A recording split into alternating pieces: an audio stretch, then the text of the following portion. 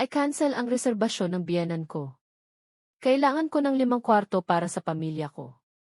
Ang tinig ni Katrina ay humiwa sa lobby tulad ng matalim na kutsilyo. Si Ethan, ang receptionist ko, ay natigilan habang hawak ang telepono, nawala ang lahat ng kulay sa kanyang mukha. Iparating ko po sa may-ari, Anya, at sa sandaling iyon, tinawid ko ang pangunahing entrada ng hotel bitbit ang aking maleta. Nagkatitigan kami. Ang pagkataranta sa kanyang mga mata ay nagsabi sa akin ng lahat. Lumapit ako sa counter, pakiramdam ko ay gumagalaw ang sahig sa ilalim ng aking mga paa. Hello, Katrina, sabi ko ng malakas, sapat lang para marinig niya ako sa speakerphone. Ano ang problema? Ang katahimikan na sumunod ay nakakabingi. Narinig ko ang matalim niyang paghinga sa kabilang linya. Pagkatapos, isang click. Ibinaba niya ang telepono. Nakatingin sa akin si Ethan na parabang nakasaksi siya ng aksidente sa sasakyan. At marahil nga, dahil ang mangyayari ay gigibain ang maliit na natitira sa aking pamilya. Kinuha ko ang telepono mula sa nanginginig na kamay ni Ethan at dinyal ang numero ni Katrina. 1, 2, 3 ring, sumagot siya, ngunit hindi nagsalita. Narinig ko lang ang kanyang balisan na paghinga. Magkita tayo sa loob ng 20 minuto, sabi ko sa kanya nang may kalmadong hindi ko nararamdaman. Dito sa hotel ko. Ibinaba ko ang telepono bago pa siya makasagot. Kumakabog ng malakas ang puso ko, akala ko ay maririnig ito ng lahat sa lobby. Tiningnan ko si Ethan at binigyan siya ng simpleng instruksyon. Ihanda ang conference room at kape. Maraming kape. Tumango siya at naglaho patungo sa likod ng gusali. Naiwan akong mag-isa sa lobby, napapaligiran ng lugar na itinayo ko gamit ang sarili kong mga kamay, pakiramdam ko ay sasabog ang lahat ng sinikap kong protektahan. 20 minuto. Iyon lang ang oras na mayroon ako para ihanda ang sarili ko sa paghaharap na iniiwasan ko sa loob ng 5 taon. Umakyat ako sa aking opisina sa ikalawang palapag, iniwan ang maleta sa tabi ng pinto, at umupo sa kahoy na desk na pag-aari ng aking yumaong asawa. Mula sa bintana, nakita ko ang parking lot. Alam kong darating si Katrina. Wala siyang pagpipilian. Nabunyag siya, nahuli sa sarili niyang patibong, at may nagsabi sa akin na hindi siya darating ng mag-isa. Ang pangalan ko ay Aling Beatrice. Ako ay 65 taong gulang, at bawat kulubot sa aking mukha ay nagsasabi ng isang kwento ng pagsubok. Ang hotel na ito, ang mga pader na kulay garing, ang mga sahig na kulay abong marmol, ang hardin na nakatanaw sa dagat, itinayo ko ang lahat ng ito ng mag-isa. Matapos mamatay ang aking asawa 8 taon na ang nakalipas, matapos ikasal si Ryan kay Katrina 5 taon na ang nakalipas. Matapos maging isang walang katapusang serye ng mga eksena sa pamilya ang aking buhay kung saan ako ay itinuturing na isang lumang piraso ng kasangkapan na walang nakakaalam kung saan ilalagay, hindi nakikita, walang kabuluhan, isang pasanin. Hindi itinago ni Katrina ang kanyang paghamak sa akin. Mula sa unang araw na nakilala ko siya, nang dalhin siya ni Ryan sa bahay na may nerbiyos na ngiti na nagbabala sa akin na hindi naganap na akin ang aking anak, sinukat niya ang bawat salita ko, bawat kilos. Sinusuri kung sapat ba akong sopistikado para sa kanyang social circle, ang aking simpleng bahay sa bayan, ang aking simpleng damit, ang aking diretsong paraan ng pagsasalita.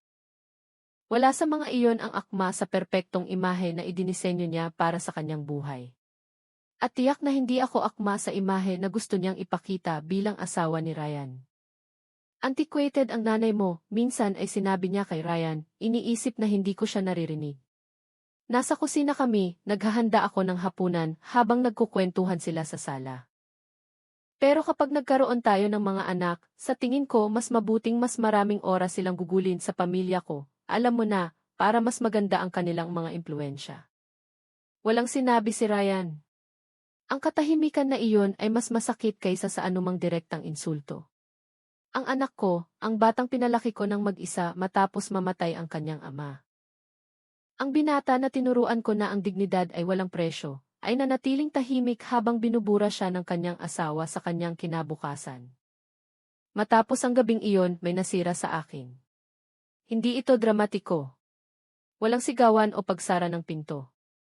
Ito ay mas tahimik at mas nakasisira. Ito ay ang desisyon na huminto sa pagmamakaawa para sa pagmamahal, na huminto sa pagpapakita sa kanilang buhay na nag-aasahan ng mga mumunang atensyon. Kinuha ko ang aking naipon, ibinenta ang bahay kung saan lumaki si Ryan, umutang ako na alam kong aabutin ako ng maraming taon upang mabayaran, at binili ang inabandunang lote na nakatanaw sa dagat. Akala ng lahat ay nawala na ako sa aking katinuan. Isang babae sa edad mo na magsisimula ng negosyo sa hotel? Nababaliw ka ba, Aling Beatrice, sinabi nila sa akin. Marahil ay nababaliw ako. Ngunit iyon ang aking kabaliwan, ang aking proyekto, ang aking takas. Inabot ako ng 3 taon upang gawing isang 12 kwarto na boutique hotel ang mga guho na iyon. Naghara ko ng mga arkitekto, designer, nagtrabaho ako ng magkatabi kasama ang mga manggagawa sa konstruksyon at pintor. Natuto ako tungkol sa mga permiso, buwis, digital marketing, social media.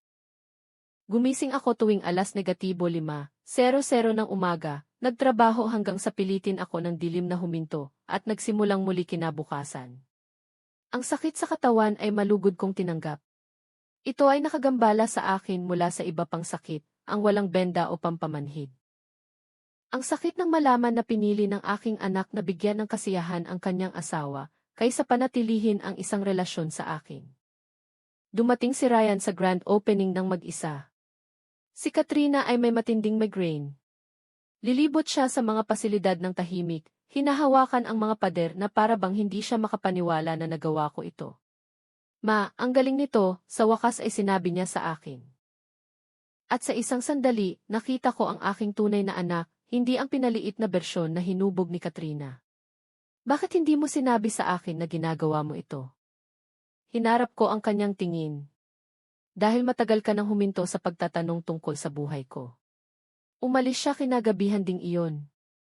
Hindi niya ako muling binisita sa loob ng 3 taon hanggang ngayon. Hanggang sa reserbasyong ito na ginawa ko para sa kanilang dalawa, ang huling desperate kong pagtatangka. Nagpadala ako sa kanya ng isang simpleng email. Ang hotel ay magta-3 taon na. Gusto kong ipagdiwang natin ito ng magkasama. Nagpareserba ako ng main suite para sa inyo, isang weekend lang. Ryan, please. Dumating ang kanyang sagot 2 araw pagkatapos. Pupunta ako, Matthew. 3 salita na nagpaiyak sa akin sa keyboard ng aking computer. 3 salita na nagbalik sa akin ang pag-asa. 3 salita na sinubukan lang sirain ni Katrina sa isang tawag sa telepono. Tiningnan ko ang aking relo. 12 minuto na ang lumipas. Isang kulay pilak na kotse ang pumasok sa parking lot, medyo dumula sa graba. Lumabas si Katrina ng sasakyan ng matalim, ang kanyang maitim na buhok ay perpektong nakastyle, kahit nasa gitna ng krisis. Suot niya ang isang emerald green na damit na marahil ay mas mahal pa sa buwan ng sweldo ni Ethan. Isinara niya ang pinto ng kotse ng malakas, narinig ko ang kalabog mula sa aking opisina. Ngunit hindi siya nag-iisa. Mula sa passenger seat, bumaba si Ryan. Huminto ang puso ko. Ang aking anak ay narito, maputla, nakayuko ang mga balikat, naglalakad ng 3 hakbang sa likod ng kanyang asawa na parang isang batang pinagsasabihan. Huminto si Katrina sa harap ng pangunahing entrada, pinantay ang kanyang damit, itinaas ang kanyang baba at pumasok. Sumunod si Ryan. Wala sa kanila ang nakakaalam na pinapanood ko sila mula sa itaas. Wala sa kanila ang nakakaalam na ang paghaharap na ito ay hindi magtatapos sa paraang inaasahan nila. Kinuha ko ang telepono ko, huminga ng malalim at dinyal ang extension para sa reception. Ethan, paakyatin mo sila. Bumaba ako sa hagdanan ng may sukat na mga hakbang, bawat isa ay kinalkula upang hindi maipakita ang lindol na nararamdaman ko sa loob. Nakatayo si Katrina sa gitna ng lobby, nakatingin sa paligid na para bang sinusuri ang lugar para sa isang mapanira na review. Si Ryan ay nagtagal malapit sa pinto, nakasukbit ang mga kamay sa kanyang bulsa, ang kanyang tingin ay nakatuon sa sahig na marmol nang umalingaw ang aking sapatos sa huling baitang. Sabay silang lumingon.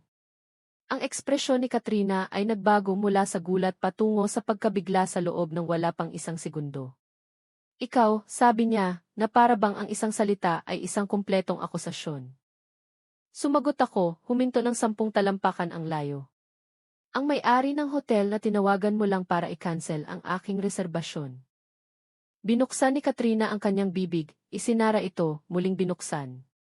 Sa unang pagkakataon sa loob ng 5 taon, nakita ko siyang walang masabi. Ito ay halos nakakabigay kasiyahan. Halos. Dahil lang magtagpo ang aming mga mata ni Ryan, nawala ang lahat ng kasiyahan na iyon. Ang aking anak ay nakatingin sa akin na may halo ng pagkalito at isang bagay na mas masahol pa. Kahihiyan. Hindi para sa kanyang asawa, kundi para sa akin.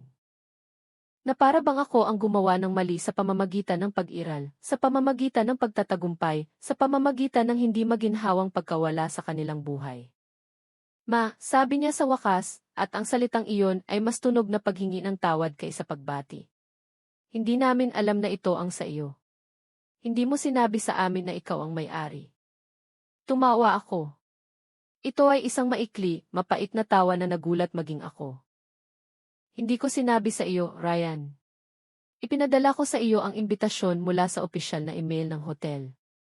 Ang pangalan ay nasa website, sa social media, sa bawat solong invoice. Beatrice Alvarado.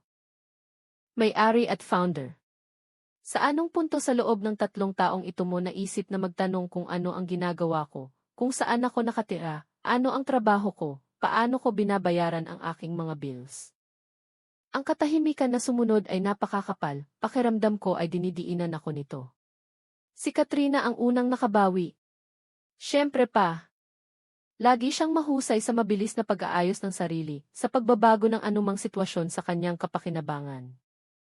Beatrice, sabi niya, at ang paraan ng pagbigkas niya sa aking pangalan nang may pinag-aralang pagmamataas ay nagpakuyom sa aking mga kamao. Ito ay malinaw na isang di pagkakaunawaan. Hindi ko alam na ito ang hotel mo. Kung alam ko lang, syempre hindi ko sana. Hindi ko sana sinubukang i-cancel ang reserbasyon ko para ibigay ang mga kwarto sa pamilya mo, putol ko. Iyon ang bersyon na gagamitin natin. Lumapit ako ng isang hakbang sa kanya, pagkatapos ay isa pa. Si Katrina ay kusang umurong. Sabihin mo sa akin, Katrina, anong bahagi ba talaga ang di pagkakaunawaan? Ang bahaging tumawag ka na humihingi na i-cancel ang reserbasyon ko nang walang konsultasyon sa akin. O ang bahaging ipinagpalagay mo na may karapatan kang magdispon ng bagay na hindi sa iyo. Darating ang pamilya ko, sabi niya, itinaas ang kanyang baba, bumabawi ng lakas. 5 sila na mahahalagang tao na kailangan ang tirahan ngayong weekend. Hindi ko alam na may plano ka rito. Akala ko si Ryan ang nag-book ng lugar na ito para sa amin at inimbita mo lang ang sarili mo. Ang pagiging mapangahas ng pahayag na iyon ay nagpawangis sa akin ng ilang sandali. Inimbita ko ang sarili ko sa sarili kong hotel, sa reserbasyon na ginawa ko mismo. Ang kakayahan ng babaeng ito na baluktutin ang realidad ay nasa antas ng Olimpiko. Katrina, tama na, bulong ni Ryan. Ngunit ang kanyang boses ay walang lakas. Ito ay ang bulong ng isang taong matagal nang sumuko sa pakikipaglaban. Ganap niya itong binaliwala. Tingnan mo, Beatrice, alam kong naging tensyonado ang mga bagay sa pagitan natin, pero ito ay isang perpektong pagkakataon para magsimula muli. Ang pamilya ko ay sabik na makita ang lugar kung saan kami magwi-weekend ni Ryan. Napakahalaga nila. Ang aking ina, ang aking mga tiyo at tiya. Mga taong may koneksyon. Ito ay maaaring maging mahusay na publisidad para sa maliit mong negosyo. Ang dalawang salitang iyon, maliit na negosyo, ay naglalaman ng lahat ng lason na matagal na niyang iniipon. Ang hotel na ito ay nagkakahalaga ng 12.5 milyon sa pagitan ng pagbili ng lupa, konstruksyon at furnishing. Kumuha ako ng award-winning na arkitekto, kilalang interior designer, imported na kasangkapan at palamuti. Ang mga online review ay nagbigay sa amin ng 5 bituin. Nabanggit kami sa mga travel magazine. Maliit na negosyo. Na para bang ang 3 taon ng aking buhay, bawat sentimo ng aking ipon, bawat gabing walang tulog ay maaaring mabawasan sa 2 mapagmataas na salitang iyon. Ang maliit na negosyong ito ay nagkakahalaga ng higit pa sa bahay na inyong tinitirhan ni Ryan, sabi ko ng kalmado. Ang maliit na negosyong ito ay nakakabuo ng mas maraming pera sa isang buwan kaysa kinikita ni Ryan sa 3 buwan. Kaya, hindi Katrina. Hindi ko kailangan ng publisidad mula sa iyong ina o sa iyong mahahalagang tiyo at tiya. Ang kailangan ko ay isang weekend kasama ang aking anak. Isang bagay na tila masyadong malaki ang hinihingi.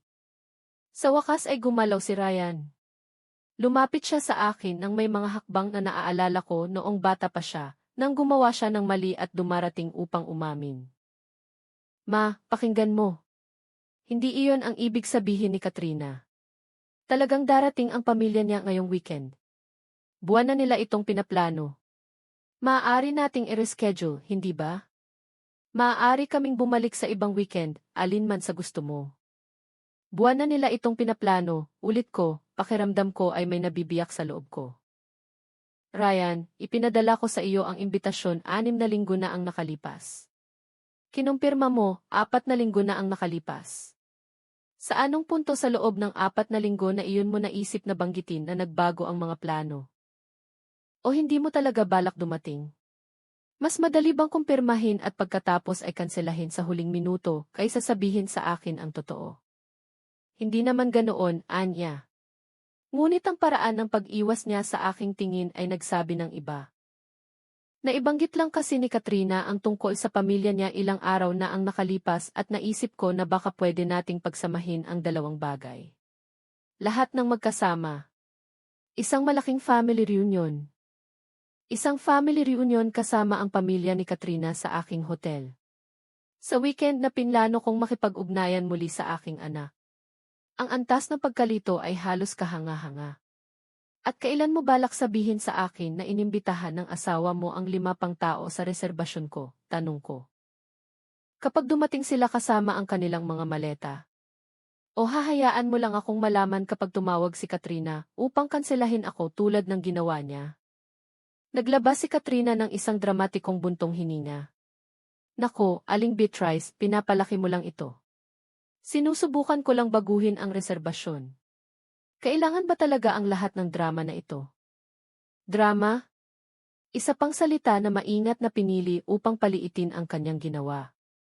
Buong-buo akong lumingon sa kanya, nakalimutan si Ryan sandali. Hindi, Katrina, hindi ka sumubok na gumawa ng pagbabago. Tumawag ka na humihingi na kanselahin ang reserbasyon ko nang hindi ko alam o hindi ko pinapayagan. Hindi iyon pagbabago. Iyon ay tangkang pagnanakaw. At kung hindi sapat ang talino ni Ethan para mag-alinlangan. Kung hindi ako dumating sa eksaktong sandaling iyon, ano ang mangyayari? Magpapakita ka ba kasama ang pamilya mo at basta na lang ako papalabasin? Hahayaan mo ba akong sa kalsada habang inyo ang mga kwartong binayaran ko? Walang magpapalabas sa iyo sa kalsada, sabi ni Katrina. Ngunit nawala ang lakas ng kanyang boses. Naisip ko lang na dahil hotel mo ito, madali kang makakahanap ng ibang kwarto o manatili sa bahay mo o kung saan ka man nakatira ngayon. Kung saan ka man nakatira ngayon, na para bang sa loob ng 3 taon ay gumagala ako ng walang direksyon, na para bang ang hotel na ito ay hindi rin ang aking tahanan. Dito ako nakatira, gusto kong isigaw sa kanya, sa kwarto sa ika-4 na palapag na walang sinumang makakapag-book dahil akin iyon. Ngunit hindi ko ibinigay sa kanya ang impormasyong iyon. Hindi siya karapat-dapat malaman pa ang tungkol sa buhay ko. Mahalaga sa akin ang weekend na ito, sabi ko. At kinamumuhian ko kung paano bahagyang bumali ang aking boses sa huling salita. Hindi lang ito reserbasyon. Ito ang anibersaryo ng lugar na ito. Ito ang paraan ko ng pagdiriwang na nakaligtas ako, na nagtayo ako ng isang magandang bagay matapos mawala ang lahat. At gusto kong ibahagi ito sa aking anak, tanging sa kanya, walang abala, walang manonood. Nang hindi kailangang magpanggap na masaya kaming pamilya sa harap ng mga estranghero. Tiningnan ko si Ryan ng direkta, ngunit tila masyado pa rin iyon kahirap na hilingin. Binuksan ni Ryan ang kanyang bibig upang sumagot, ngunit pinutol siya ni Katrina sa paglalagay ng kamay sa kanyang braso.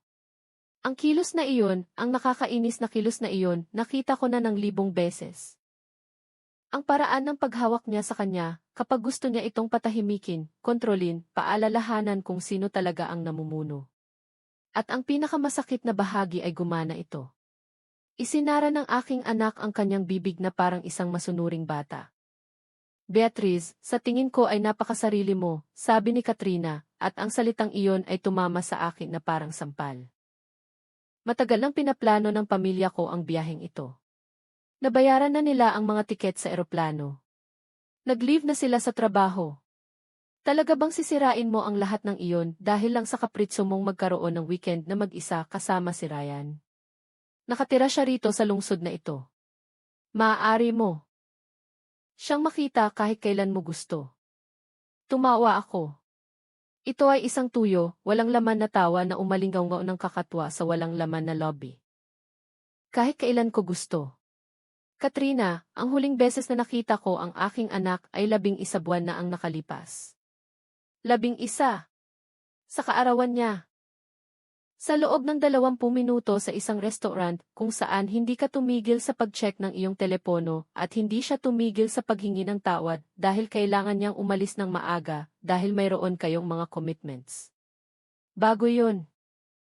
8 buwan, Pasko, 30 minuto sa inyong bahay kung saan ako ay nakaupo sa sala na para bang ako ay isang nakakainis na salesperson. Kaya huwag mong sabihin sa akin na maaari ko siyang makita kahit kailan ko gusto dahil kasinungalingan iyon at alam nating dalawa. Tumigas ang mukha ni Katrina. May tumama sa aking mga salita. Magaling. Hayaan itong masakit. Kung hindi mo madalas nakikita si Ryan, iyon ay dahil pinili mong lumayo. Ibinenta mo ang iyong bahay. Lumipat ka malayo upang simulan ang proyektong ito. Ikaw ang pumili ng hotel kaysa sa pamilya. Bawat akusasyon ay isang nalason na pana na idinisenyo upang pahirapan ako. At sa isang segundo, halos gumana ito. Halos. Hanggang sa naalaala ko ang lahat ng beses na sinubukan kong makipag-ugnayan. Lahat ng tinanggihang imbitasyon, lahat ng hindi sinagot na tawag, lahat ng sobrang busy lang kami, maik na inulit ni Ryan na parang natutunang mantra. Hindi ko pinili ang hotel na ito kaysa sa aking pamilya, sabi ko, pakiramdam ko ay nagsisimulang kumulo ang galit na matagal ko nang pinipigilan. Itinayo ko ang hotel na ito dahil wala na akong pamilya. Dahil pinili ng aking anak na pasayahin ang kanyang asawa, kaysa panatilihin ang isang relasyon sa kanyang ina. Dahil sa bawat pagkakataon na sinubukan kong bumisita, nakakita ka ng dahilan para maging maikli, awkward. O ganap na kanselahin ang pagbisita. Dahil napagod na ako sa pagmamakaawa para sa mga mumunang atensyon mula sa aking sariling anak. Hindi iyon patas, bulalas ni Ryan, sa wakas ay nahanap ang kanyang boses. Hindi ko kailanman hiniling sa iyo na lumayo. Hindi ko kailanman sinabi na ayoko kitang makita. Hinarap ko siya ng buong lakas na umurong siya ng isang hakbang.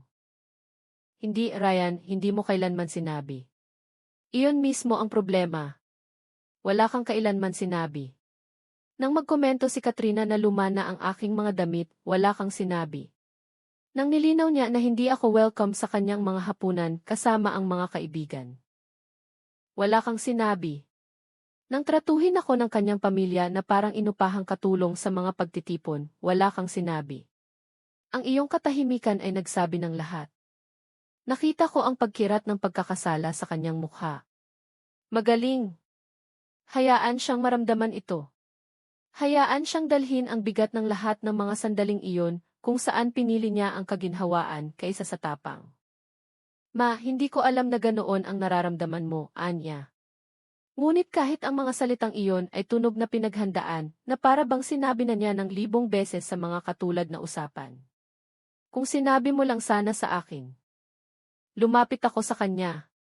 Mga pulgada na lang ang pagitan namin. Nakita ko ang maliliit na kulubot sa paligid ng kanyang mga mata, ang maagang paglabas ng mga uban sa kanyang sentido.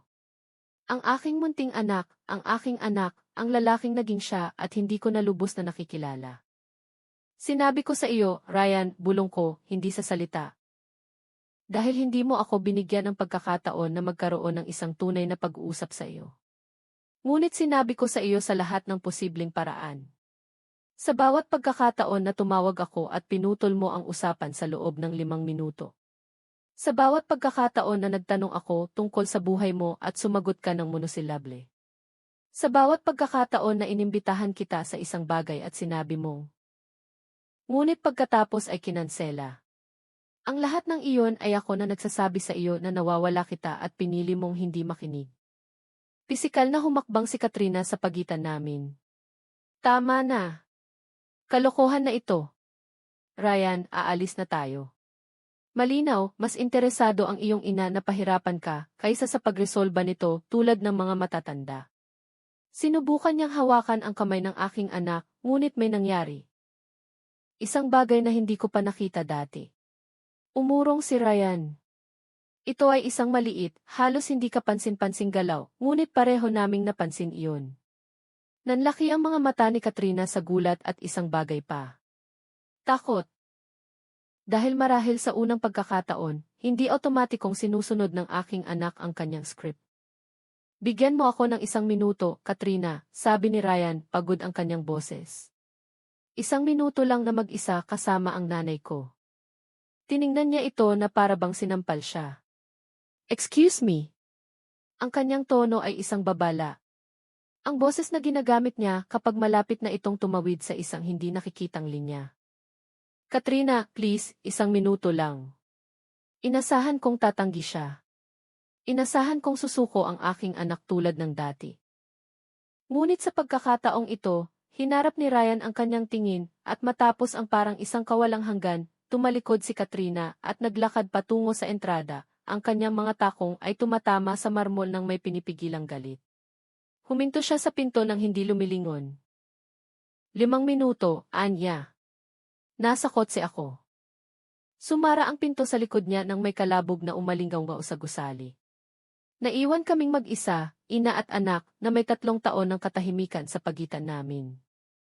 Hinaplos ni Ryan ang kanyang mukha, 1 kilos na nakilala ko mula sa kanyang ama.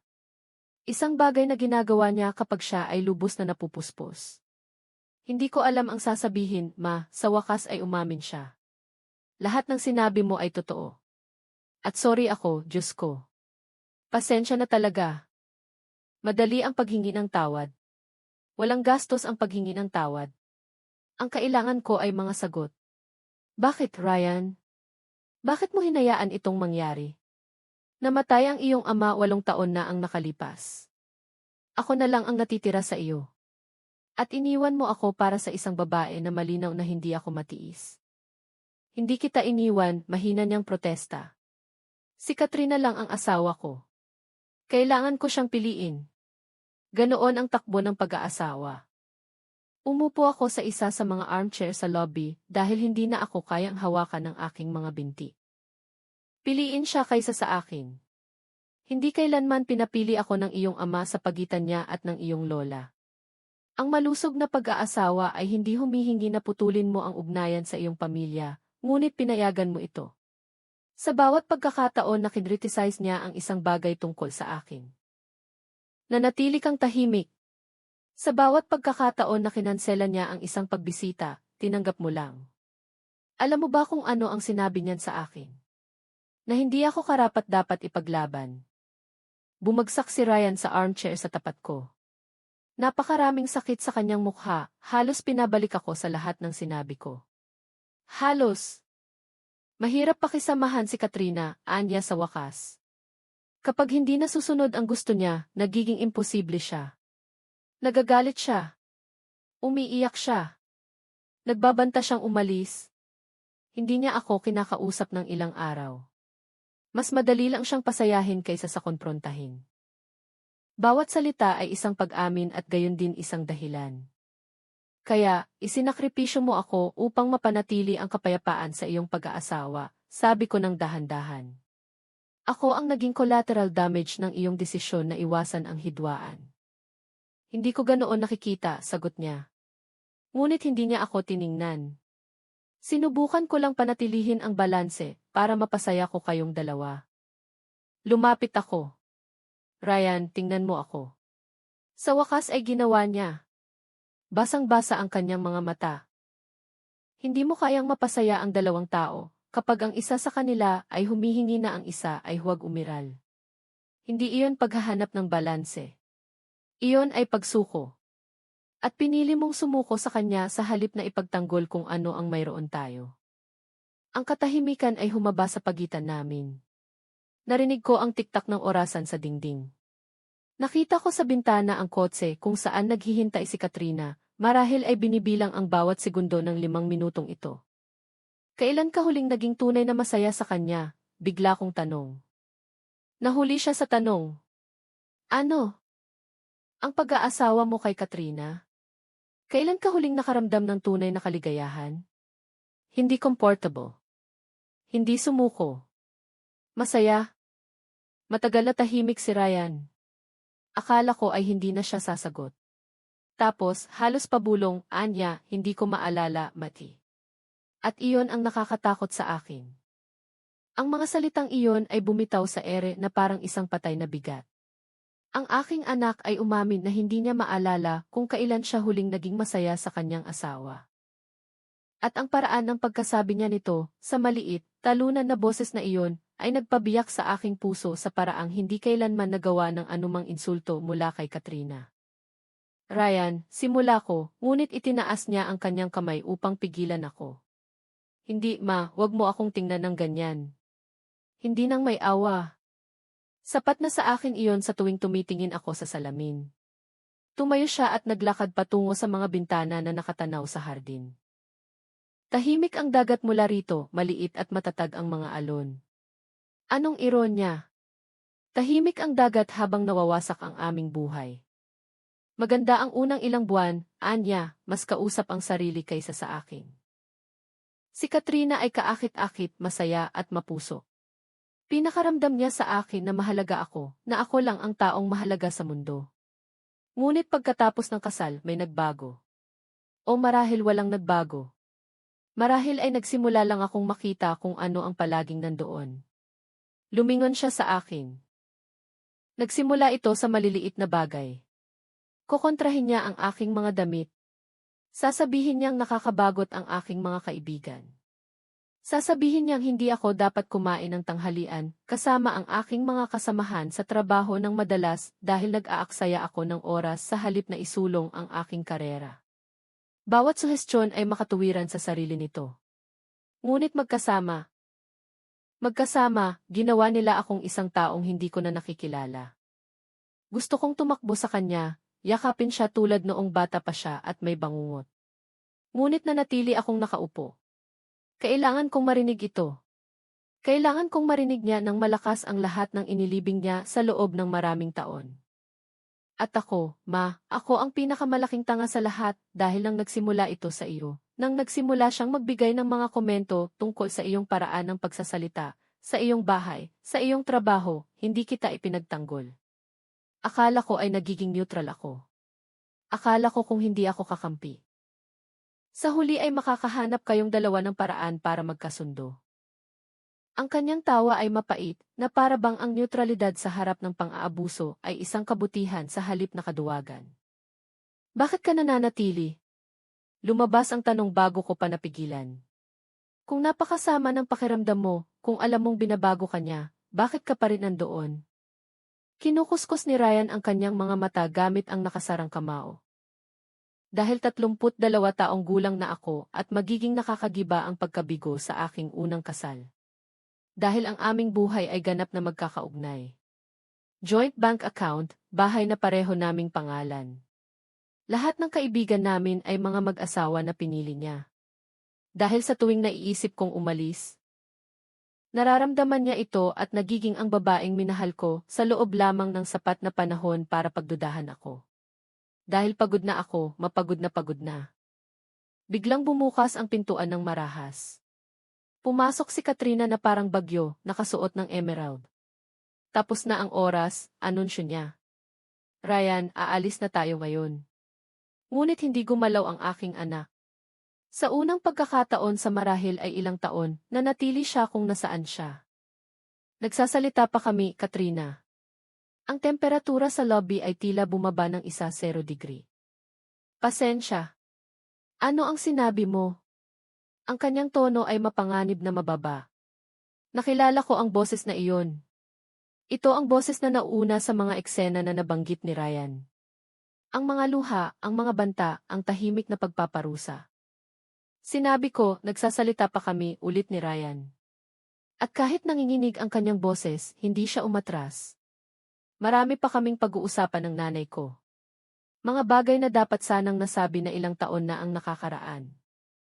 Tiningnan ako ni Katrina na parabang ako ay lason. Naku, nagsimula na nga. Ang klasikong maternal manipulation. Pababain ka, ipinta ako bilang kontrabida, kumbinsihin kang ang iyong kasal ay isang bilangguan. Siguro kung gaano katagal bago siya umiyak. Ang lamig kung paano niya sinuri ang sitwasyon ay nakapangingilabot, na para bang ito ay isang predictable na laro kung saan alam na niya ang lahat ng galaw. Walang umiyak, sabi ko, tumayo. Nagkaroon lang kami ng tapat na pag-uusap. Isang bagay na tila hindi gaanong nangyayari sa inyong kasal. Tumawa si Katrina. Ito ay isang maikli, matalim na tunog. Tapat? Anong interesanting salita mula sa iyo? Beatrice. Sinabi mo ba kay Ryan ang tapat na bahagi kung saan mo ibinenta ang bahay na kinalakhan niya nang hindi mo man lang siya kinonsulta? Kung saan gumawa ka ng unilateral na desisyon tungkol sa iyong buhay at pagkatapos ay sinisisi siya sa hindi pagiging present. Tumama siya sa isang nerve. Alam ko iyon at alam din niya iyon dahil ngumiti siya ng may kasiyahan. Bahay ko iyon, sagot ko. Ipinamana sa akin ng aking asawa, hindi kay Ryan.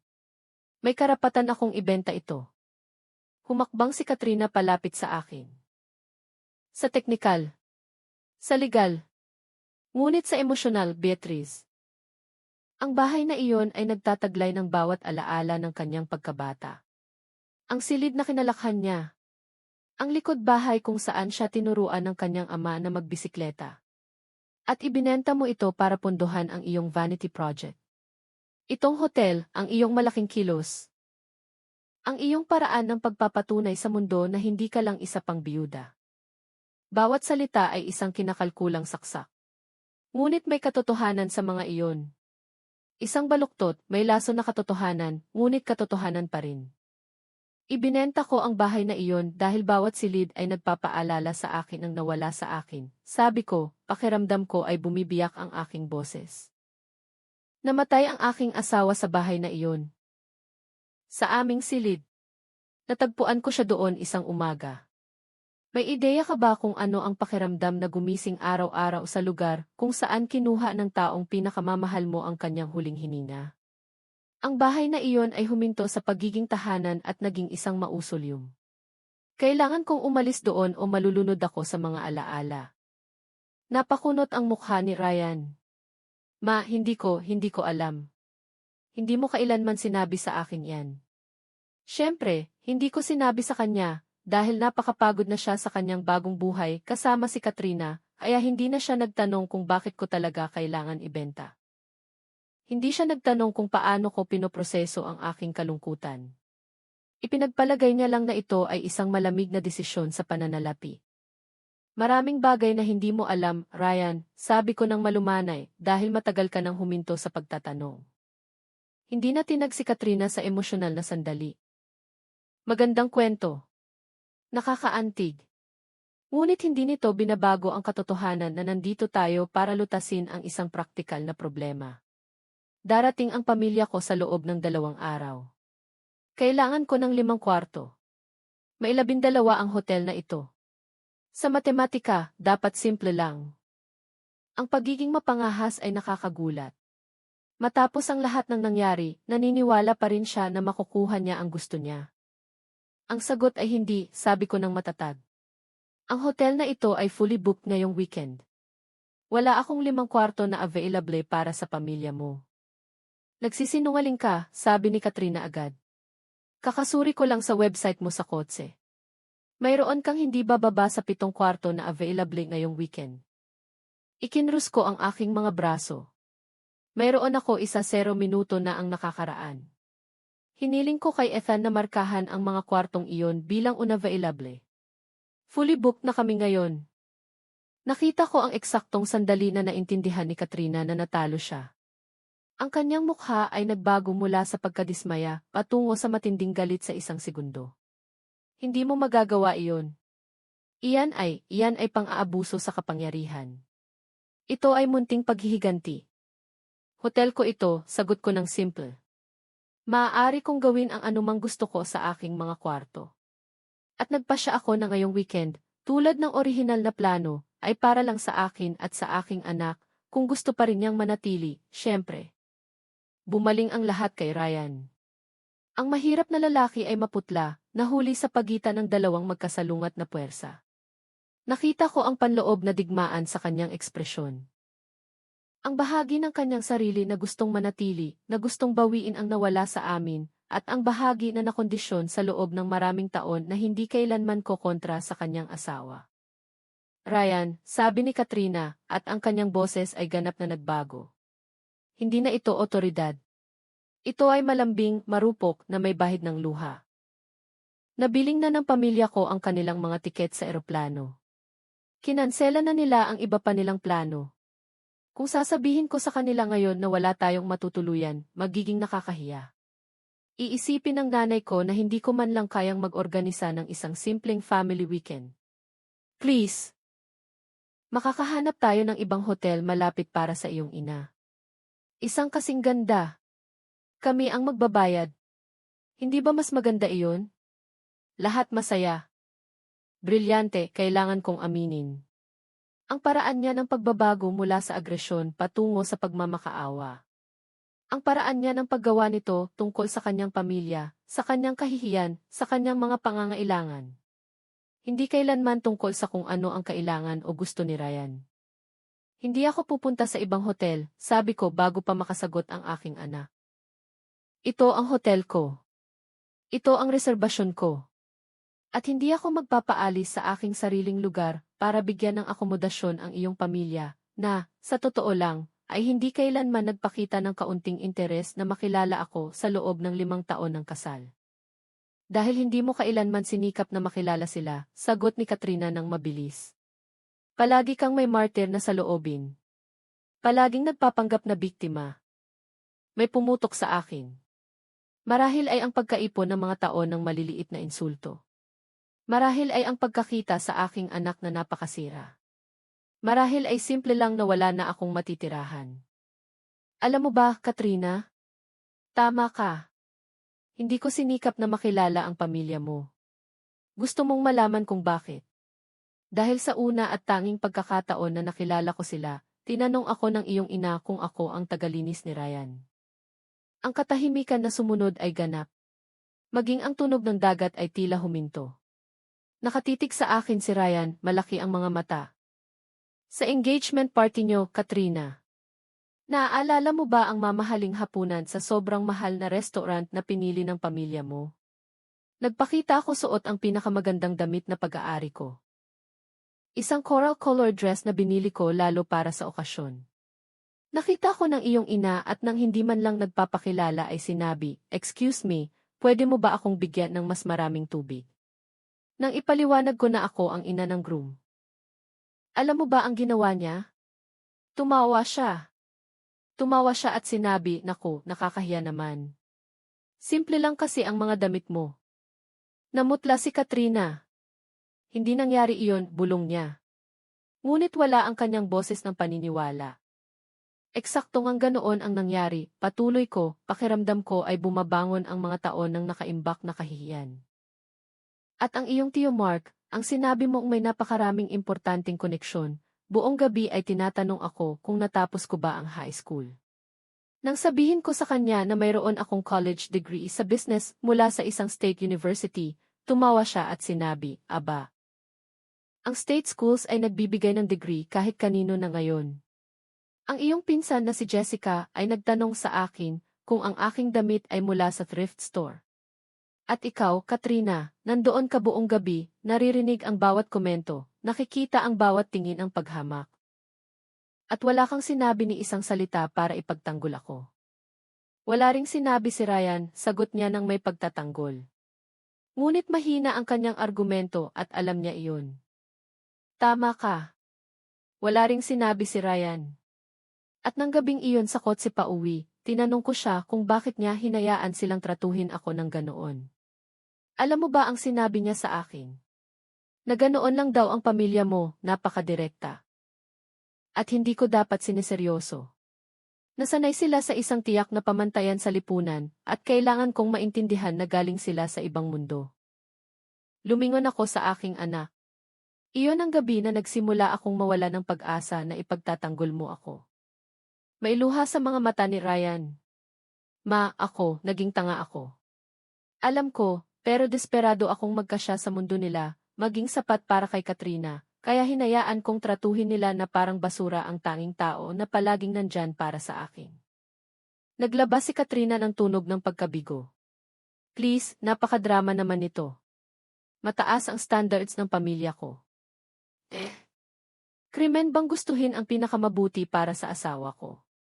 Gustuhin kong makisalamuha siya sa mga matagumpay, ambisyosong tao na makakapagbukas ng mga pinto para sa kanya. Ang mayroon ng pamilya mo ay hindi mataas na standards, sabi ko, matalim ang aking boses. Ang mayroon sila ay classism, elitism, at kalupitan na nakabalak kayo bilang katapatan. At ikaw, Katrina, natuto ka ng napakahusay mula sa kanila.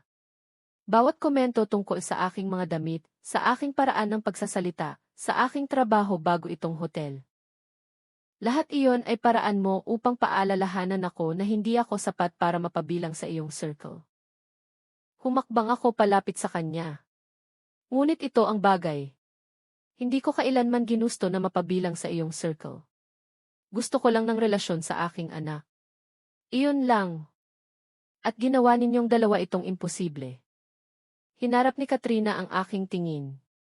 Sa unang pagkakataon, nakita ko ang isang bagay sa likod ng perpektong facade. Isang bagay na parang takot. Hindi ko alam ang sinasabi mo. Hindi kita kailanman pinigilan na makita si Ryan.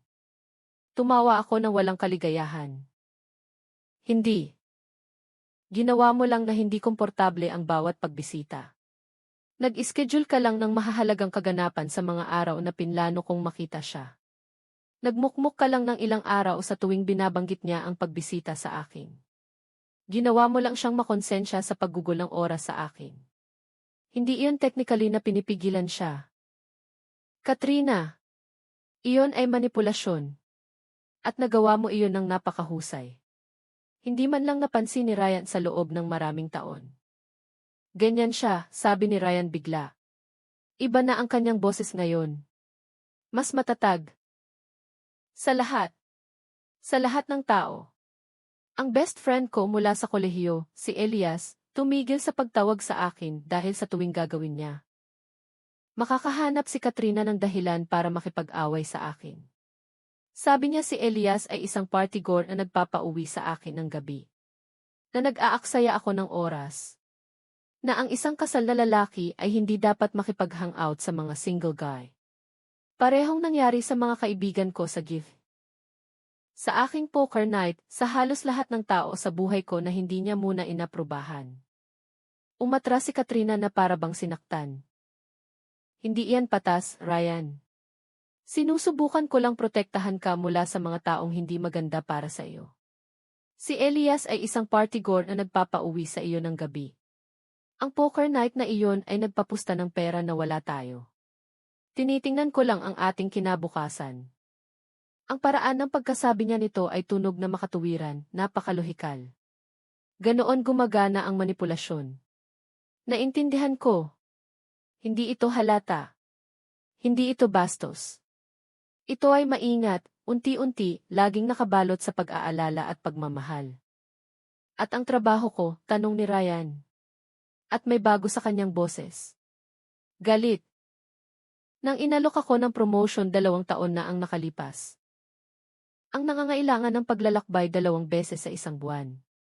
Tinitingnan mo ba ang ating kinabukasan noon? Nang umiyak ka ng 3 araw na sinasabi kong pinipili ko ang aking karera kaysa sa aming kasal. Nang pinakaramdam mo sa akin na sobrang nagkasala ako kaya tinanggihan ko ang promotion. Bago ito sa akin. Wala akong alam tungkol sa tinanggihang promotion. Mula sa tingin sa mukha ni Katrina, mapanganib na teritoryo ito. Ang promotion na iyon ay nangangahulugang wala ka sa bahay sa kalahati ng buwan, sabi ni Katrina, tumaas ang kanyang boses ng 1 oktaba. Ibig sabihin nito ay mag-isa ako na nag-aasikaso ng lahat habang ikaw ay naglalakbay. Anong uri ng kasal iyon? Hinaplos ni Ryan ang kanyang buhok. Isang kasal kung saan ang parehong tao ay sumusuporta sa mga karera ng isa't isa. Isang kasal kung saan hindi mo kailangang isakripisyo ang bawat pagkakataon para sa paglago dahil hindi matiis ng iyong kapareha na mag-isa ng ilang araw. Tiningnan niya ako. Ang promotion na iyon ay nangangahulugang 1.5 milyon pa kada taon. 1.5 milyon na desperado nating kailangan dahil ginastos ni Katrina ang ating ipon sa pag-renovate ng bahay. Kailangan i-update ang bahay, sigaw ni Katrina, ganap na nahulog ang maskara ng kontrol. Hindi ako makakapamuhay sa lumang lugar na iyon na may pangit na kasangkapan na binili mo bago mo ako nakilala. Ano ang iisipin ng mga bisita natin? Nandoon na iyon. Ang hubad na katotohanan.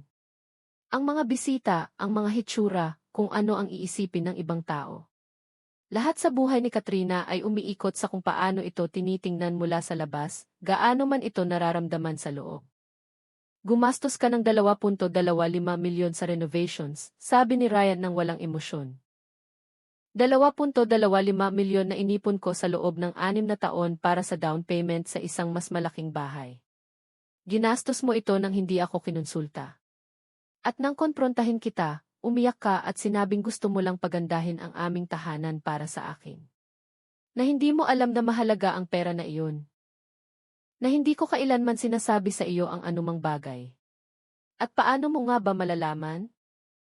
Tumawa siya ng mapait at naniwala ako sa iyo o pinilit kong maniwala sa iyo dahil ang alternatibo ay ang pag-amin na sinungalingan mo ako, minanipula mo ako, at ninakawan mo ako. Bawat pagbubunyag ay parang pagbabalat ng mga layer ng isang bulok na sibuyas. At habang mas marami ang tinatanggal, mas lalong bumaho. Nanginginig na si Katrina ngayon. Hindi ako makapaniwala na sinasabi mo ang lahat ng ito sa harap niya, Anya, itinuro ako. Sa harap ng isang taong malinaw na gustong sirain ang aming kasal. Ito mismo ang gusto niya, ang baliktarin ka laban sa akin. Dahan-dahan akong lumapit sa kanya. Katrina, pakinggan mo ako ng mabuti.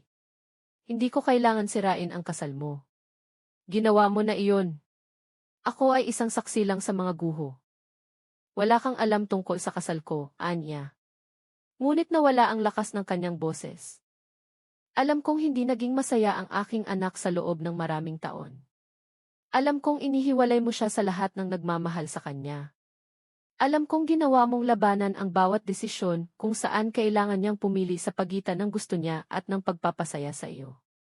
Alam kong gumastos ka ng pera na wala ka para sa mga hitsura na hindi mo kailangan. At alam kong sa ngayon mas nag-aalala ka sa pagliligtas ng mukha sa harap ng iyong pamilya kaysa sa emosyonal na kapakanan ng iyong asawa. Bawat punto ay isang suntok at nakita kong tumatama ito. Hindi mo naiintindihan, sabi ni Katrina. At sa unang pagkakataon, may narinig akong kakaiba sa kanyang boses. Hindi ito kayabangan. Ito ay desperation. Ang pamilya ko, may inaasahan sila sa akin. Palagi namang ganito. Kailangan kong maging perpekto. Kailangan maging perpekto ang bahay ko. Kailangan maging perpekto ang asawa ko. Kung mabigo ako, kung may makita silang anumang butas, huminto siya na parang may nasabi siyang sobra. Ngunit huli na ang lahat. Bukas na ang pinto. Katrina, tanong ko ng malambing. Kinokritike ka ba nila? Pinakaramdam ka ba nila na hindi ka sapat? Ginagawa ba nila sa iyo ang parehong paraan ng pagtrato nila sa iyong biyenan? Napuno ng luha ang kanyang mga mata. Tunay na luha sa pagkakataong ito, hindi ang mga strategic na ginagamit niya upang manipulahin ang mga sitwasyon. Hindi mo naiintindihan. Ang nanay ko. Hindi siya kailanman nasisiyahan. Wala akong ginagawa na sapat. Ang kapatid kong si Evelyn ang perpekto. Ang nakapag-asawa ng doktor. Ang may malaking bahay. Ang nagtatapon ng mga party kung saan pumupunta ang mga importanteng tao. Ako lang ang disappointment. Ang nakapag-asawa ng isang mid-level manager sa halip na isang executive. Ang hindi man lang kayang mag-organisa ng isang family weekend nang hindi sinisira ang lahat. At nandoon iyon. Ang kahinaan na nakatago sa ilalim ng mga layer ng kalupitan. Si Katrina ay hindi lang ang kontrabida sa kwentong ito. Siya ay biktima rin. Isang biktima na pinili na ipagpatuloy ang siklo sa halip na sirain ito. Kaya, nagpasya kang gawin kay Ryan ang ginagawa sa iyo ng pamilya mo, sabi ko ng dahan-dahan. Upang i-project ang lahat ng pressure na iyon, ang pangangailangan para sa pagiging perpekto, ang patuloy na kawalan ng kasiyahan, upang gawin siyang proyekto mo para patunayan sa iyong ina na maaari ka ring magkaroon ng perpektong buhay. Pinunasan ni Katrina ang kanyang mga luha ng galit na parang galit siya sa sarili niya sa pagpapakita ng kahinaan. Hindi ganoon kadali. Siyempre madali lang pagputol ni Ryan. Lahat ay nagiging malinaw na ngayon. Ang labis na renovations, ang pagpupumilit na baguhin ko ang paraan ng aking pananamit. Ang mga hapunan kasama ang mga importanteng tao, kung saan mo ako ipinaparada na parang isang tropeo. Hindi ito tungkol sa akin. Ito ay tungkol sa kung ano ang kinakatawan ko sa iyong pamilya. Ito ay tungkol sa pagpapatunay sa iyong ina na maaari ka ring magkaroon ng isang kaaya-ayang buhay. Umupo siya ng mabigat sa armchair. Diyos ko, dalawang sirang tao lang tayo na sumusubok punan ang mga butas na hindi kailanman mapupunan ng isa't isa. Ang lobby ay binalot ng isang mabigat na katahimikan. Sa labas, nagsisimula ng lumubog ang araw, nagpinta ng lahat sa mga kulay ng kahel at rosas. Maganda at malungkot sa parehong oras.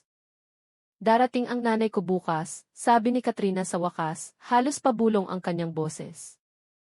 Si Melissa, siya at ang iba pang pamilya. Sinabi ko sa kanila na mayroon kaming magandang hotel na reserved, na magkakaroon kami ng perpektong weekend. Kung darating sila at wala akong maipapakita, kung kailangan kong umamin, nabigo ako sa kahit na ito. Bumiyak ang kanyang boses. Hindi na niya kailangan tapusin ang pangungusap. Tiningnan ko ang babaeng ito na nagpasama sa aking buhay sa loob ng 5 taon. Ang babaeng ito na nagpalayo sa aking anak sa akin. At ang tanging nararamdaman ko ay isang malalim na kalungkutan dahil may nakilala ako sa kanya. Nakilala ko ang bigat ng imposibleng mga inaasahan.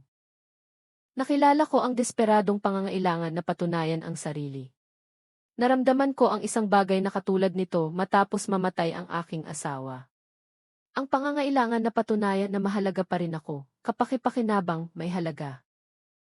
Ang pagkakaiba ay nagtayo ako ng isang bagong bagay sa halip na sirain ang mayroon ako. Nasabi mo na ba sa nanay mo kung ano ang nararamdaman mo, tanong ko. Tiningnan ako ni Katrina nang nagtataka sa tanong. Sabihin sa kanya ang ano. Na pinapatay ako ng kanyang imposibleng standards. Na kahit anong gawin ko, hindi ako magiging si Evelyn. Sasabihin lang niya na nagradrama ako. Na dapat akong magpasalamat na may pamilya akong nagmamalasakit sa akin. Ang paraan ng pagkasabi niya nito na may mapait na pagtanggap ay nagpaalala sa akin kung paano nagsalita si Ryan tungkol sa kanyang sariling sitwasyon. Nag-uulit ang mga siklo. Ang mga sugat ay ipinapasa. Pagdating ng nanay mo bukas, sabi ko ng dahan-dahan, sinusukat ang bawat salita. Ano sa tingin mo ang mangyayari? Tumawa si Katrina ng walang kaligayahan. Kokontrahin niya ang lahat. Ang hotel, ang mga kwarto, ang pagkain, ang serbisyo. Ikukumpara niya ito sa resort na tinuluyan ni Evelyn noong nakaraang buwan. Makakahanap siya ng kokontrahin. Palagi niyang ginagawa. At pagkatapos, sa loob ng susunod na 6 na buwan, sa bawat pagtitipon ng pamilya. Casual niyang babanggitin kung paano naging nakakadismaya ang weekend niya, kung paano siya umasa ng higit pa. Ang paglalarawan ay napakalinaw, napakasakit na kahit si Ryan ay napakunot noo. At gagugulin mo ang buong weekend sa pagsisikap na pamahalaan ang kanyang mood. Dagdag ko, humihingi ng tawad sa mga bagay na hindi mo kasalanan, sinusubukang gawing perpekto ang bawat sandali para marahil lang. Bibigyan kanya ng isang mumo ng pag-apruba.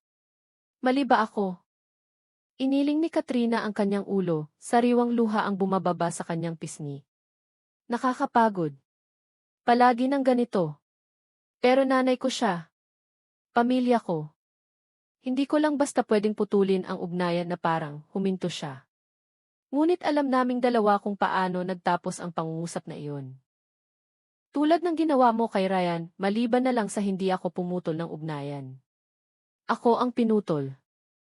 May pagkakaiba sa pagitan ng pagtatakda ng malusog na hangganan at pagputol ng ugnayan, sabi ko.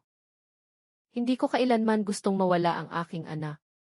Ngunit umabot sa punto na ang pananatiling malapit ay nangangahulugang mawawala ang aking dignidad, ang aking mental health, ang aking pagpapahalaga sa sarili. Kaya lumayo ako upang mabuhay, upang bumuo ng isang bagay na akin. Kung saan walang sinuman ang makakapagparamdam sa akin na maliit. Tiningnan ko ang paligid ng lobby. Ang hotel na ito ang aking santuwaryo, ang lugar kung saan ko binawi ang aking kapangyarihan. At, bahagi ng iyon ay ang paglalagay ng pisikal na distansya sa pagitan ko at ng aking sakit. Tumayo si Ryan at lumapit kay Katrina. Tumayo siya sa harap nito, pinag-aaralan ang mukha nito na parang sa unang pagkakataon niya itong nakikita. Katrina, kailangan nating mag-usap. Isang tunay na pag-uusap.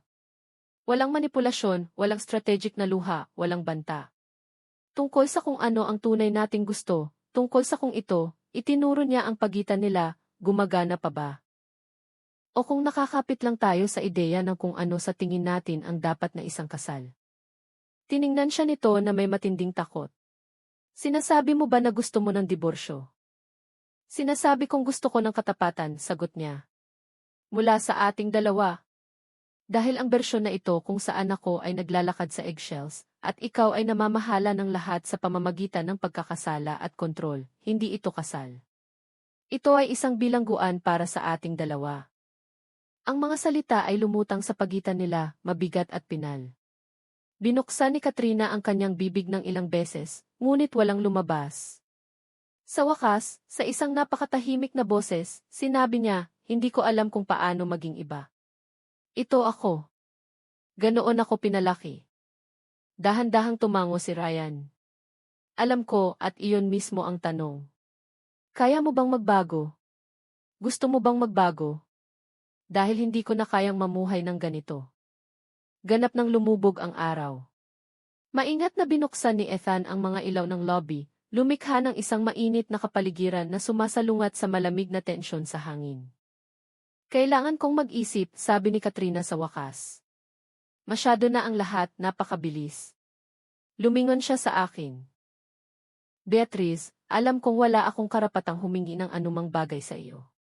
Hindi pagkatapos ng lahat. Ngunit talagang darating ang pamilya ko bukas, at wala talaga akong mapaglalagyan sa kanila. Mayroon ba akong paraan? Iniwan niya ang tanong na hindi natapos, nakabitin sa hangin na parang isang pakiusap. Tiningnan ko ang babaeng ito na naging aking kalaban sa loob ng 5 taon, sira, marupok, nakalantad. May bahagi sa akin na gustong sabihin na hindi, na sabihin sa kanya na lutasin ang sarili niya, na hayaan siyang maramdaman ang mga kahihinatnan ng kanyang mga aksyon.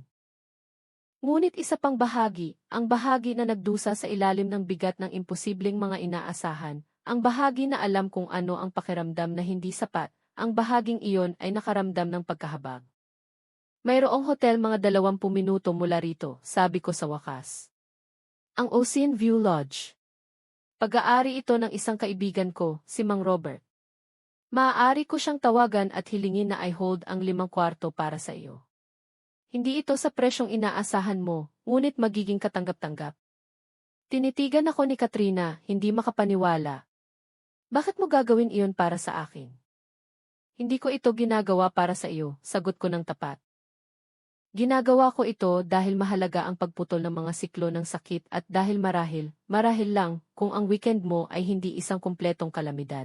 Magkakaroon ka ng mental space para gawin ang tunay na trabaho na kailangan mong gawin sa iyong sarili at sa iyong kasal.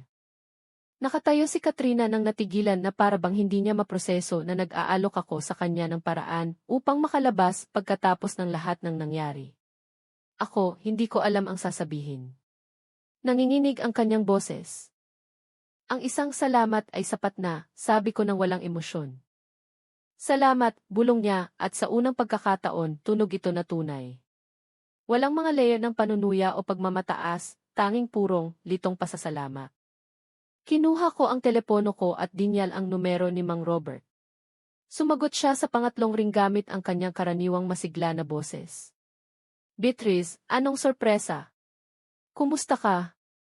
Ipinaliwanag ko ang sitwasyon sa pangkalahatan ang hindi binabanggit ang mga detalyeng masalimuot. Si Mang Robert, na isang profesional, ay hindi nagtanong ng awkward na mga tanong. Siyempre, mayroon akong available na mga kwarto. 5 kwarto para bukas sa loob ng 3 gabi. Bibigyan ko sila ng special rate dahil referral mo sila. Nang ibinaba ko ang telepono, ibinigay ko ang impormasyon kay Katrina. Kumpirmado na ang mga kwarto. Maaari kayong mag-check-in bukas pagkatapos ng alas -3:00 ng hapon. Ang rate ay 6,000 kada gabi kada kwarto. Pinanood ko siyang mag-compute sa kanyang isip. 5 kwarto sa loob ng 3 gabi. 70,000 sa kabuuan. Hindi mura, ngunit hindi imposible. Okay, sabi niya sa wakas. Kukunin namin. Salamat, Beatrice. Talaga. Tiningnan siya ni Ryan na may ekspresyon na hindi ko lubos na maintindihan. Relief na may halong kalungkutan.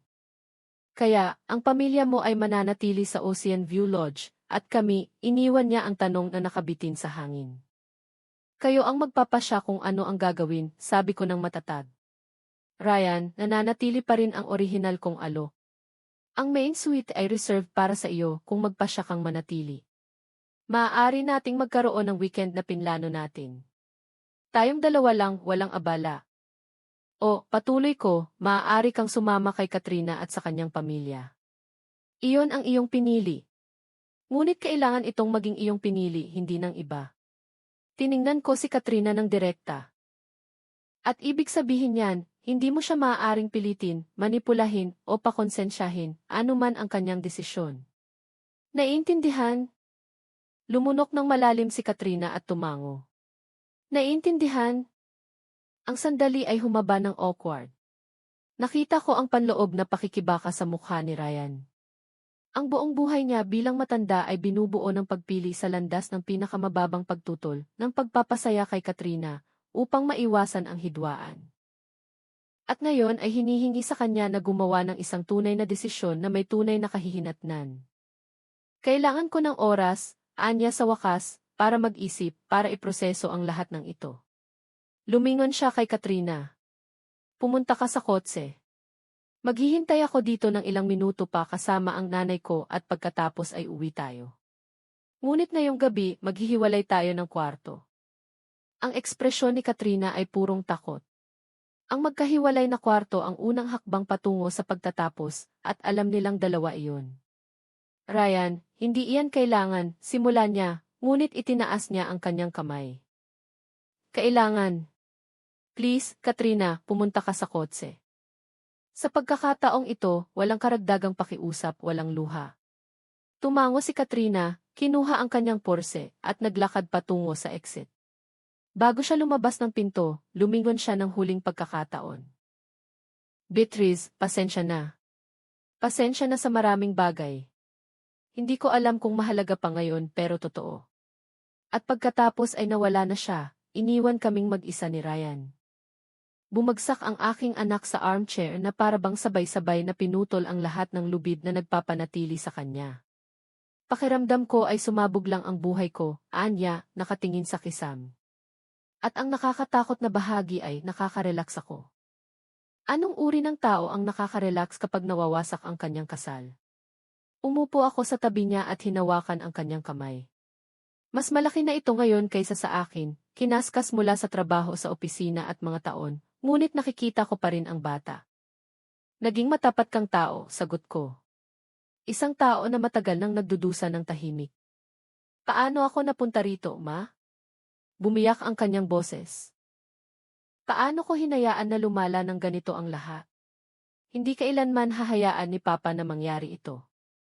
Alam niya kung paano magtakda ng hangganan. Alam niya kung kailan lumaban at kung kailan sumuko. Ako lang, gusto ko lang panatilihin ang kapayapaan. At sa proseso, nawala ang lahat ng iba pa. Piniit ko ang kanyang kamay. Nagkamali rin ang iyong ama, Ryan. Hindi siya perpekto, ngunit natuto siya. At kaya mo ring matuto. Hindi pa huli ang lahat para mabawi ang sarili mo. Tiningnan ako ni Ryan na mailuha sa mga mata. Paano kung hindi ko na alam kung sino ako?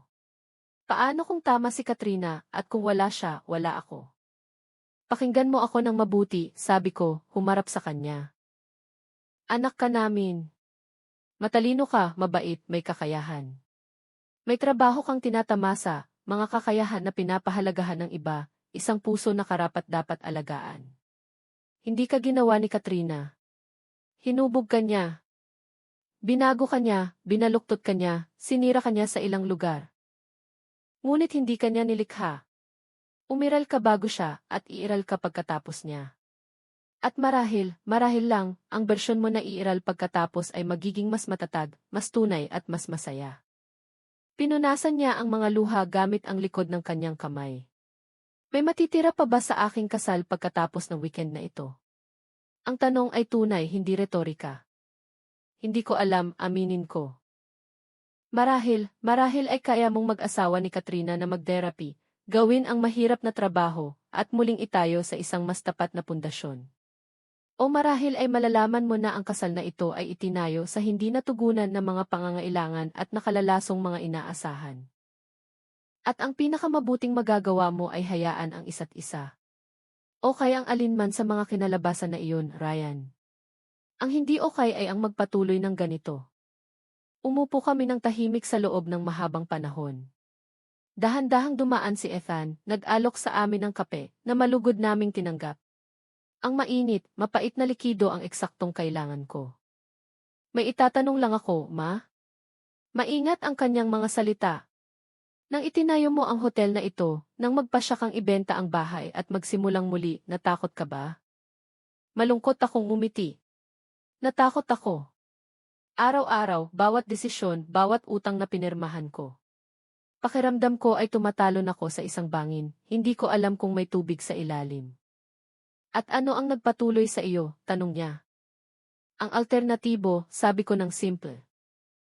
Ang alternatibo ay ang manatili kung nasaan ako, sa isang bahay na puno ng multo, sa isang buhay na wala na, naghihintay sa iyo o sa ibang tao na iligtas ako. At naintindihan ko na walang darating.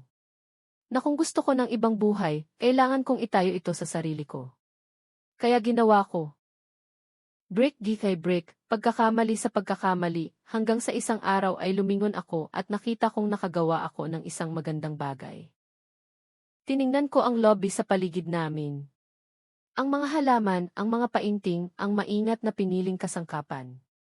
Ang lugar na ito ang nagligtas sa akin, Ryan. Binigyan niya ako ng layunin ng akala ko ay wala na ako. Dahan-dahang tumango si Ryan. Sa tingin ko kailangan kong hanapin kung ano ang magliligtas sa akin. Tumayo siya at tinulungan akong tumayo. Salamat, Ma, para ngayong araw. Para hindi ka sumuko sa akin kahit noong sumuko na ako sa atin. Niyakap niya ako noon, isang mahaba at mahigpit na yakap, ang uri na hindi namin naibahagi mula noong siya ay binatilyo. Iba na ang amoy niya ngayon, parang mamahaling pabango na marahil ay pinili ni Katrina. Ngunit sa ilalim nito, nakita ko pa rin ang isang bagay na pamilyar. Ang aking anak, ang aking sanggol, ang aking pag-asa. Mahal kita, Ma, bulong niya sa aking buhok. Pasensya na sa pagiging wala ako. Pasensya na hindi ko pitrotektahan ang mayroon tayo. Ang mga luha na matagal kong pinigilan ay sa wakas ay nagsimulang bumagsak. Mahal din kita, anak ko. Palagi, anuman ang mangyari. Dahan-dahan kaming naghiwalay, pareho kaming nagpupunas ng luha ng may nanginginig ng ngiti. Kailangan ko nang umalis, sabi ni Ryan, tumingin sa pinto kung saan niya alam na naghihintay si Katrina. Nasa kotse siya, at marami pa kaming pag-uusapan ngayong gabi. Pero Ryan, mangako ka sa akin. Tiningnan niya ako ng may pag-asa. Mangako ka na anuman ang desisyon mo, gagawin mo ito dahil pinili mo. Hindi dahil sa takot, hindi dahil sa pagkakasala. Hindi dahil sa kung ano ang inaasahan ng iba sa iyo, kundi dahil ito ang tunay mong gusto sa puso mo. Lumunok ng malalim. Nangangako ako, Mati. Pinanood ko siyang maglakad patungo sa exit. Bago siya humakbang sa pinto, huminto siya at lumingon. Ang weekend. Sa tingin ko gusto kong manatili rito kasama ka. Kung tatayo pa rin ang alok. Kumilig ang puso ko. Palagi itong tatayo. Ngumiti siya. Ito ay isang maliit, pagod, ngunit tunay na ngiti. Dadaan ako ng Biyernes ng hapon. Pagkatapos makapanatili ang pamilya ni Katrina sa Ocean View Lodge. Okay ba iyon? Gusto kong sumigaw. Perpekto. Ngunit nagsabi lang ako, mukhang perpekto. Ihahanda ko ang suite para sa iyo. At pagkatapos ay nawala na siya. Narinig ko ang makina ng kotse na umandar. Nakita ko ang mga tail light na naglaho sa graba. At sa unang pagkakataon sa loob ng 5 taon, nakaramdam ako ng tunay na pag-asa. Hindi ako nakatulog kinagabihan. Nanatili ako sa aking kwarto sa ika-4 na palapag, nakatanaw sa dagat sa bintana. Ang mga alon ay patuloy, walang katapusan, nagpapaalala sa akin na nagpapatuloy ang buhay anuman ang mangyari. Naisip ko ang lahat ng nangyari sa nakalipas na ilang oras. Ang paghaharap, ang mga pagbubunyag, ang mga luha, ang kahinaan ni Katrina, na hindi ko kailanman inaasahang makikita, at si Ryan, ang aking anak, sa wakas ay nahanap ang kanyang boses. 3:00 ng umaga, nag-vibrate ang telepono ko. Isang text message mula sa isang hindi kilalang numero. Beatrice, si Katrina ito. Alam kong marahil ayaw mong marinig mula sa akin, ngunit kailangan kong sabihin sa iyo ang isang bagay. Tulog si Ryan sa guest room. Ako ay nag-iisa sa aming kama. Iniisip ang lahat ng sinabi natin ngayon. Tama ka sa lahat. Naging masama ako sa iyo. Minanipula ko si Ryan. Ipinaproject ko ang sarili kong mga problema sa aming kasal. Hindi ko alam kung kaya kong magbago, ngunit gusto kong subukan. Hindi para sa nanay ko, hindi para sa mga hitsura. Kundi dahil naintindihan ko ngayon na malapit ko nang mawala ang tanging lalaki na tunay na nagmahal sa akin. At iyon ang mas nakakatakot sa akin kaysa sa pagtanggi ng pamilya ko. Binasa ko ang mensahe ng 3 beses. Hindi ako agad sumagot. Naglaan ako ng oras, pinili ang aking mga salita ng maingat. Sa wakas, sumulat ako, Katrina, ang pagkilala sa problema ang unang hakbang, ngunit ang mga paghingi ng tawad ng walang tunay na pagbabago ay manipulasyon lang sa ibang anyo. Kung tunay mong gustong iligtas ang iyong kasal, kumuha ng propesyonal na tulong. Individual na therapy. Couples therapy. Gawin ang trabaho. Hindi para kay Ryan kundi para sa iyo. Dahil karapat-dapat kang maging higit pa sa kabuuan ng mga inaasahan ng iyong ina. Pinindot ko ang send at pinatay ang telepono. Dumating ang Biyernes ng mas mabilis kaysa sa inaasahan ko. Ginugol ko ang mga araw sa labis na paghahanda ng main suite. Sariwang bulaklak, ang pinakamalambot na linen sheets, isang bote ng alak na gusto ni Ryan noong mas bata pa siya. Maliliit na detalye na maaaring hindi niya mapansin, ngunit mahalaga sa akin. 5:00 ng hapon, lumitaw ang kanyang kotse sa parking lot. Kumakabog ng malakas ang puso ko, akala ko ay sasabog ito mula sa aking dibdib. Pinanood ko siyang bumaba na may maliit na maleta. Iba ang hitsura niya, tila mas magaan. Nang pumasok siya sa lobby, umiti siya sa akin. Hi, Miney. Hi, anak ko. Ibinigay sa kanya ni Ethan ang susi sa suite na may nakakaunawang ngiti. Presidential Suite, Ginoong Ryan. Enjoy po ang inyong pananatili. Tumawa si Ryan. Salamat, Ethan. Sumakay kami sa elevator nang magkasama sa isang komportableng katahimikan. Nang buksan ko ang pinto ng suite, nakita ko ang pagbabago sa kanyang ekspresyon. Gulat, emosyon, pagpapahalaga. Ma, ang galing nito. Malaki ang kwarto na may floor-to-ceiling windows na direktang nakatanaw sa dagat. Ang king-size bed ay natatakpan ng lavender-colored quilt na nakita ko sa isang artisan market, isang pribadong balkonahe na may 2 silya at isang maliit na mesa, isang banyo na may malalim na soaking tub at rainfall shower. Naglagay ako ng mga naka-frame na litrato sa nightstand. Mga litrato ni Ryan noong bata pa siya, ng kanyang ama, ng aming 3 na magkasama. Lumapit si Ryan sa mga litrato at hinawakan ang mga ito ng malambing. Hindi ko na nakita ang mga ito sa loob ng maraming taon. Halos pabulong ang kanyang boses. Iningatan ko ang mga ito. Lahat sila. Naisip ko na marahil balang araw ay gusto mo ulit makita ang mga ito. Lumingon siya sa akin, malabo ang kanyang mga mata. Salamat sa hindi mo pagsuko sa akin, mas sa patuloy na pagsubok kahit noong huminto na ako sa pagsagot. Niyakap ko siya. Anak ka namin. Hinding-hindi ako susuko.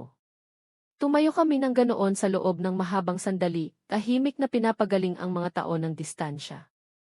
Kinagabihan, kumain kami ng hapunan sa terrace ng hotel. Naghanda si Ethan ng isang espesyal na mesa para sa dalawa na malayo sa ibang mga bisita. Kumain kami, uminom ng alak at nag-usap tungkol sa lahat at wala.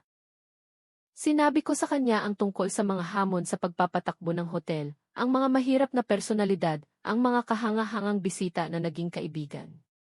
Sinabi niya sa akin ang tungkol sa kanyang trabaho, ang kanyang mga pagkabigo, ang kanyang mga pangarap na inilibing niya. Gusto mo bang maging arkitekto noon? Tanong ko, naaalala ang kanyang hilig noong teenager pa siya. Dati. Ngayon, hindi ko na alam. Pakiramdam ko ay matagal na akong nabubuhay ng naka-autopilot. Hindi ko na nga alam kung ano ang hilig ko. Kung gayon, ang weekend na ito ay para sa muling pagtuklas niyan, sabi ko. Walang pressure, walang expectations, ikaw lang ang magpapasya kung ano ang gusto mo sa buhay. Tumango si Ryan ng maingat. Kami ni Katrina, matagal kaming nag-usap noong Miyerkules pagkatapos kong umuwi. Brutal, masakit, pero kailangan. Sinabi ko sa kanya ang lahat. Kung paano ang nararamdaman ko, kung paano ako pinakaramdam ng pamilya niya. Kung paano ako sinira ng kanyang mga manipulasyon. Umiyak siya ng marami. Humingi siya ng tawad. Nangako siyang magbabago. Huminto siya. Hindi ko alam kung naniniwala ako sa kanya. Manangako na siyang magbabago noon, pagkatapos ng bawat malaking away, at tumatagal ito ng 1 linggo, marahil 2. Tapos bumabalik na sa dati. At ano ang sinabi mo sa kanya? Tanong ko. Sinabi ko sa kanya, sa pagkakataong ito ay iba. Na kailangan nating kumuha ng tunay na profesional na tulong o aalis ako. Hindi bilang banta, kundi bilang katotohanan. Dahil hindi ko na kayang mamuhay ng ganoon. Uminom siya ng alak. Umagri siya. Naghanap siya ng therapist. Ang una naming couple session ay sa Martes at nagsimula siya ng individual therapy kahapon. Nagulat ako. Inasahan ko ang pagtutol.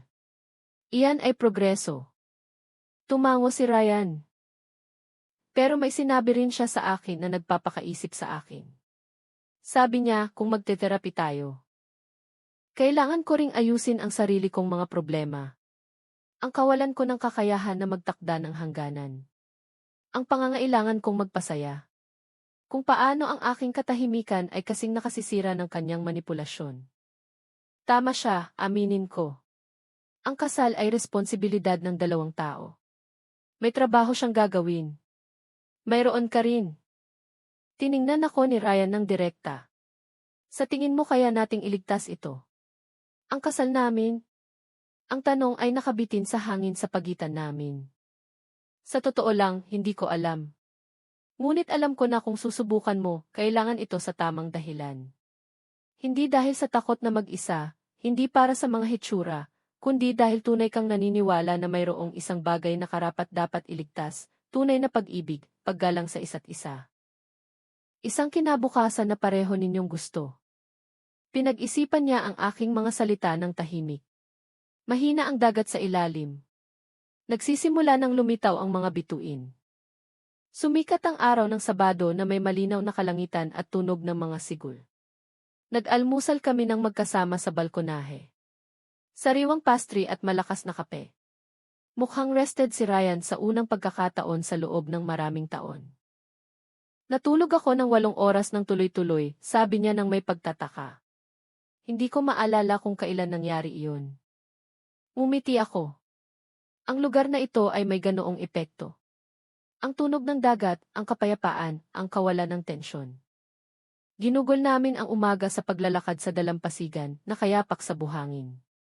Nag-usap kami tungkol sa kanyang ama, kung gaano namin siya nami-miss, kung paano niya sana hinarap ang sitwasyong ito.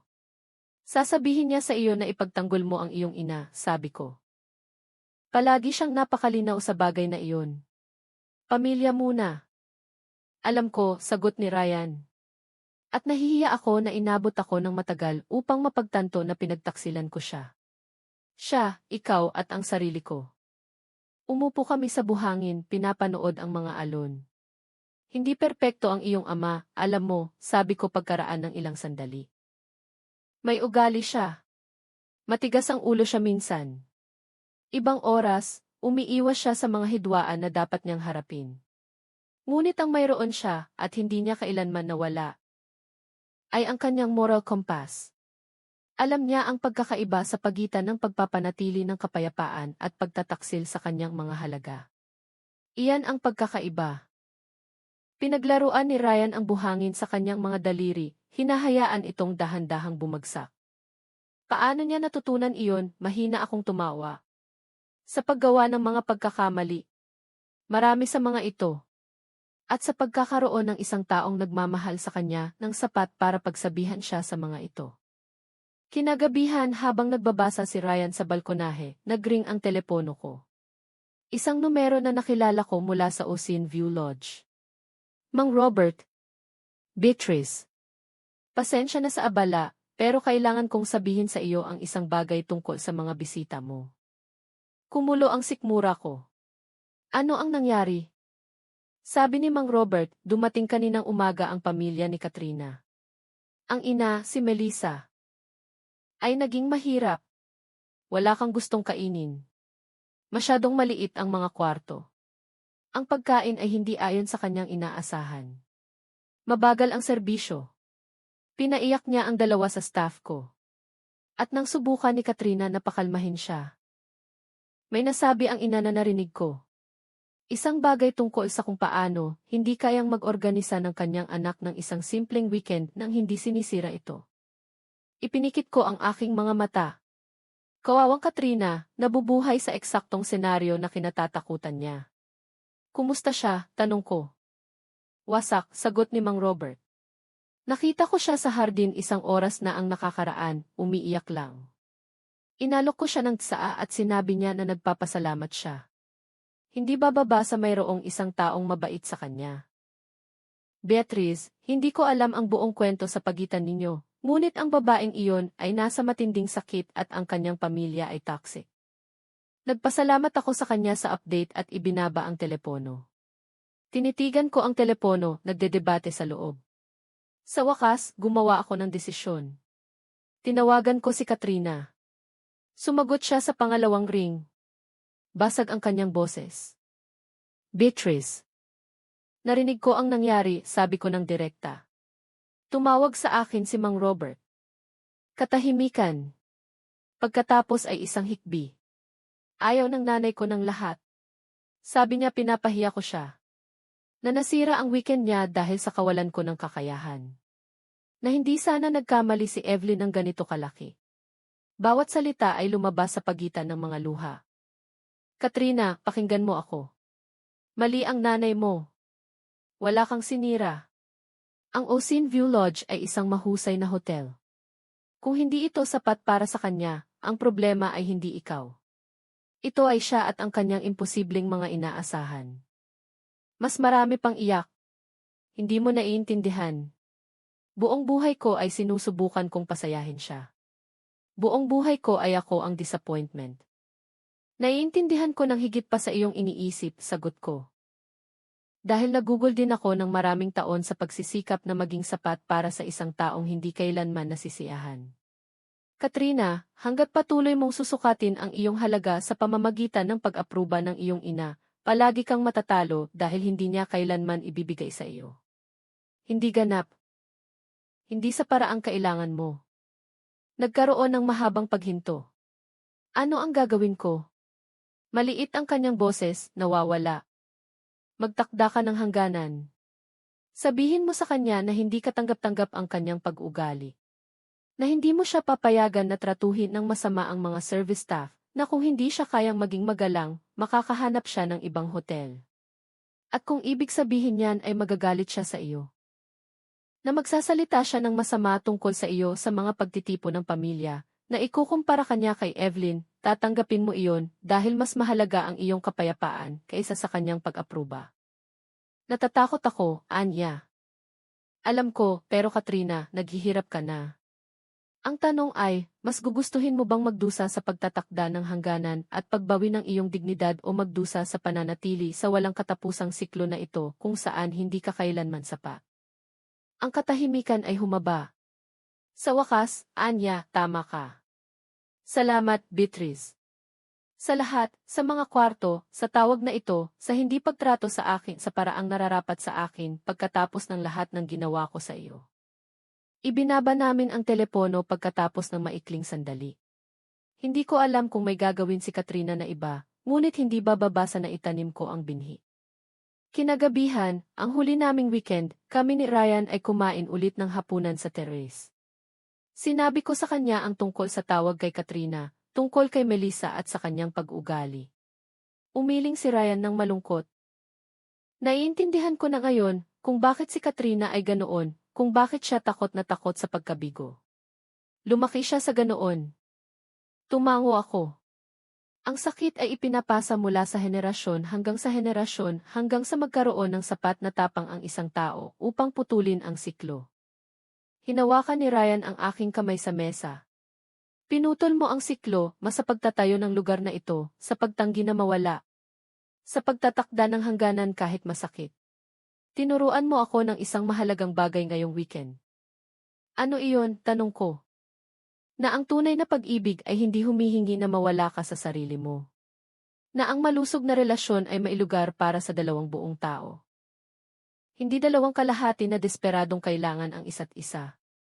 Na minsan ang paglayo ay ang pinakamamahal na kilos na magagawa mo. Para sa sarili mo at para sa ibang tao. Ang kanyang mga salita ay nagpuno sa akin ng pagmamalaki. Natuto ang aking anak. Lumaki siya. Nahanap niya ang kanyang boses. Ano ang gagawin mo sa Lunes, tanong ko. Pag-uwi mo. Humugot ng malalim na hininga si Ryan. Pupunta ako sa therapy session na iyon kay Katrina. Gagawin ko ang trabaho. Susubukan kong iligtas ang kasal namin kung ito ay maililigtas, ngunit sa pagkakataong ito hindi sa anumang halaga. Sa pagkakataong ito ay may malinaw na hangganan. At kung hindi ito gumana, ang tanong ay lumutang sa pagitan namin.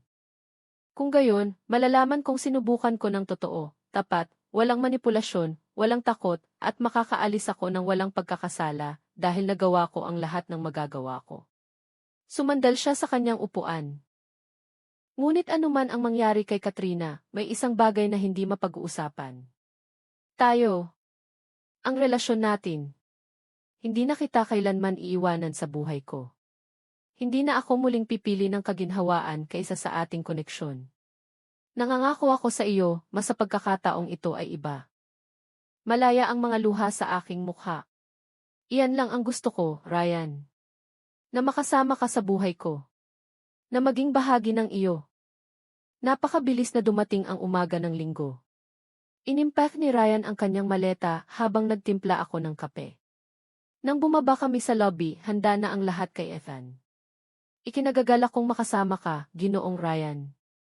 Sana ay makita ka ulit sa lalong madaling panahon. Ngumiti si Ryan. Babaling ako sa lalong madaling panahon. Nangangako ako. Niyakap namin ang isa't isa sa parking lot, ang araw ay sumisikat sa amin. Salamat sa hindi pagsuko. Para sa hotel na ito, sa pagpapaalala sa akin kung sino ako. Niyakap ko siya ng mahigpit. Salamat sa pagbabalik sa akin. Pinanood ko ang kanyang kotse na umalis. Ngunit sa pagkakataong ito ay iba. Walang kalungkutan, walang kawalan ng pag-asa, tanging pag-asa. Pag-asa na natagpuan namin ang aming daan pabalik sa isa't isa. 2 buwan pagkatapos niyan, nakatanggap ako ng tawag mula kay Ryan. May balita ako. Kalmado ang kanyang boses. Kami ni Katrina, sinubukan namin. Nag-therapy kami. Ginawa namin ang trabaho. Ngunit sa huli, pareho naming naintindihan na sobrang lalim ng pinsala. Magdidiborsyo kami. Amicable ito. Nagte-therapy pa rin siya ng individual. Ako rin. Pareho kaming nagpapagaling. Kumuyom ang puso ko. Okay ka ba? Nagkaroon ng paghinto. Ma-okay lang ako. Malungkot pero okay. Dahil sa unang pagkakataon sa loob ng maraming taon, nagiging tapat ako sa sarili ko. Ngumiti ako sa gitna ng luha. Iyon lang ang mahalaga. 6 na buwan pagkatapos niyan, lumipat si Ryan sa isang apartment malapit sa hotel. Nagsimula siyang bumisita kada ilang linggo, hapunan, paglalakad, tunay na pag-uusap. Nagpadala si Katrina ng liham pagkalipas ng ilang buwan, isang tunay na paghingi ng tawad na sinasabi sa akin na pansamantala niyang pinutol ang pakikipag-ugnayan sa kanyang ina, na inaalam niya kung sino siya nang walang mga inaasahan ng ibang tao. Sumagot ako, binabati siya ng pinakamabuti, dahil sa huli, lahat tayo ay sirang tao na sumusubok magpagaling. At minsan ang pinakamalaking kilos ng pag-ibig ay ang pagpapalaya. Pagpapalaya sa mga inaasahan, pagpapalaya sa sakit, pagpapalaya sa sama ng loob, at pagyakap sa katotohanan kahit masakit. Dahil tanging sa katotohanan tayo makakahanap ng kalayaan. At tanging sa kalayaan tayo makakahanap ng kapayapaan.